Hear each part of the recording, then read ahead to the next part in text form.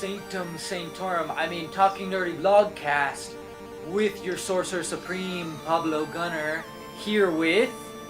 your Infinity Gem Hoarder, Atticus. How we doing? And we are here to talk nerdy about and review the new Marvel movie, Doctor Strange. And we have a lot to talk about. Indeed, we're going to cover some pros and cons, starting with, of course, the cast. You have to cover first and foremost Benedict Cumberbatch as Dr. Stephen Strange, right? Absolutely. I thought he knocked it out the park. Like, his voice was perfect, his attitude, he was arrogant, all of it, his look and everything like that. Everything was spot on. It worked out so well. Yeah, what is one thing you could say about Marvel is they never have trouble casting their heroes. That's always one of their strengths. And now Benedict, I had faith in him. I think they've proven themselves. Absolutely. But on the opposite end, they may cast really great actors for their villains as well, but they don't focus enough on their characters.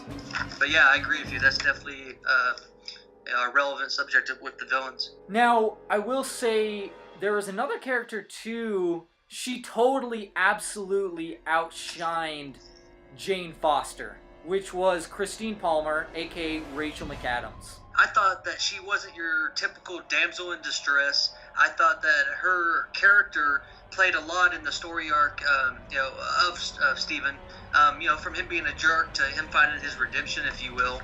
And she wasn't useless. She said, well, not to spoil anything, but she had an important, role in this movie. I will say that I really enjoyed the changes that they made to the character of Baron Mordo, which I don't think they call him Baron, but they do call him Mordo. Yeah. And because he's a white guy with like a Fu Manchu, he looks like, your generic wizard, like evil wizard, sort of. In this one, they changed him to a black dude. You heard no complaints about that. And not only that, they made him as a wizard who was very to the book. The actor, he's always been a favorite of mine ever since his days in the movie Serenity. He played the villain. But I have to mention, this was also a big plus that they changed. It is very different from the comics, which I'm glad though, because I feel like the comics, this always bugs me. But Wong wasn't a manservant. He wasn't the house bitch. He was a sorcerer as well. Yeah, and I thought they did his comedy very well. Speaking of the comedy, I thought it was really funny.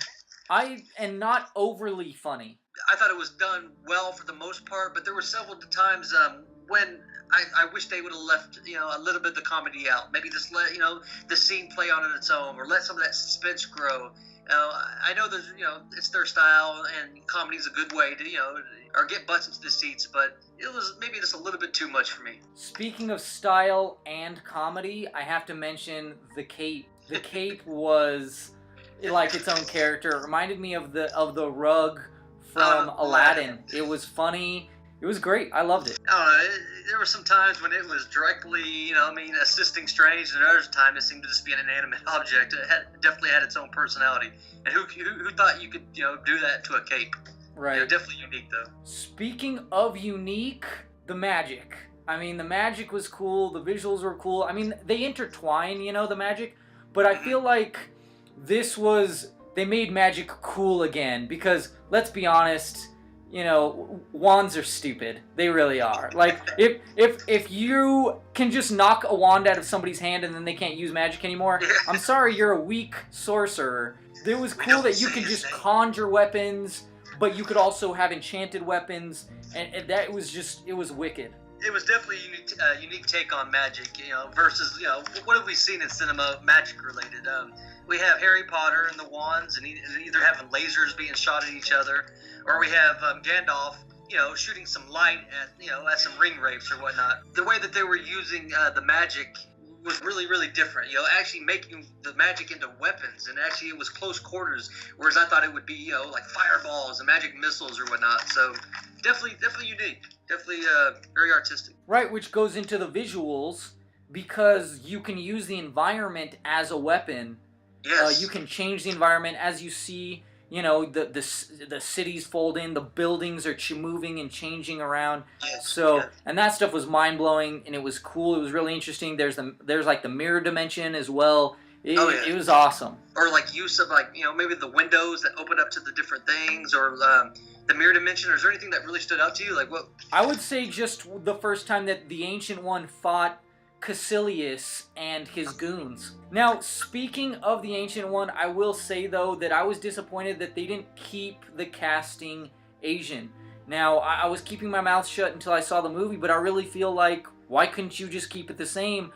The way I see it, they were whitewashing the character. Their decision to replace what would have been a male Asian actor and put it with a woman who was, I believe, of Celtic origin and all that was good casting. It gave diversity. People can't say that it was necessarily whitewashed in a way, because they changed his gender. I felt like it was an even trade, and I feel like she brought something really unique to that role, not diverse, to give us a female character who's not just another damsel, but she was actually arguably one of the most powerful beings in the movie, a mentor of Doctor Strange. How often do you see that? That is a fair point. How is Doc able to go toe-to-toe with Masters? What I took from it was something wrong with the script, as it was maybe just directing decision, because I think it was supposed to have been implied in the movie that that a lot of time had passed from when he first ended up he's facing off against the villains. It doesn't ever really show it, but I took it personally as it was implied. It didn't really, maybe a couple years, maybe 6 months. It doesn't really give us an exact number, but I feel like if you blink, you might miss it. But I think there was like little subtle hints in there that he had progressed. I just think from a directing standpoint, they could have done that a little bit better. Maybe having like the text on the screen 6 months later, a year later, or maybe showing a change in seasons or something just to help that, because it was a pretty a pretty big jump from not being able to cast your own portal. Then next you're fighting off 3 of the the henchmen and villain. Here at Talk Nerdy to Me, we have our own grade scale for movies, which is strong by, weak by, strong rent, weak rent, and pass. What would you give it? It is not my favorite comic book movie, but it is top tier of the Marvel movies. It is definitely a movie I would say needs to be experienced with the visuals. Inception inspired, and you could even argue that Pink Floyd would be very proud of these visuals. To be experienced in IMAX or 3D or something like that. As it stands right now, first viewing, just about how much fun I had with it, just for how unique it was, just for the production, the performance of the actors, even the score I enjoyed. Only a few little nit picks I would have. I'm gonna say it's a buy, right underneath the strong buy. Like it's definitely you need to buy it. I would have to agree. I will say in theaters, I would like to see it in 3D and D-Box. Mostly 3D more than the D-Box, just because the visuals are mind-blowing. I've heard that it's really good in 3D with those, visuals. They're just trippy as hell. So it's definitely worth seeing in theaters, absolutely. And I think it's worth owning on digital video disc or the Blu-ray disc. But as a single movie, yes, it is. It absolutely stands on its own. It was an origin story movie, but still, it's a buy.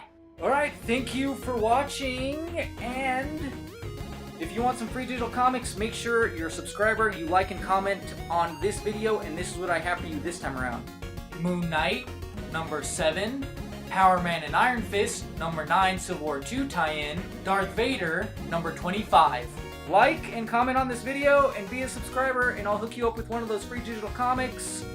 I want to say thank you from my manservant, Atticus. And I want to thank you, Pablo, for letting me be on the show and discuss this movie with you. It was a real honor. Appreciate it. And that being said, with the Eye of Agamotto, you can go to TNTM the show for all things Talk Nerdy to Me.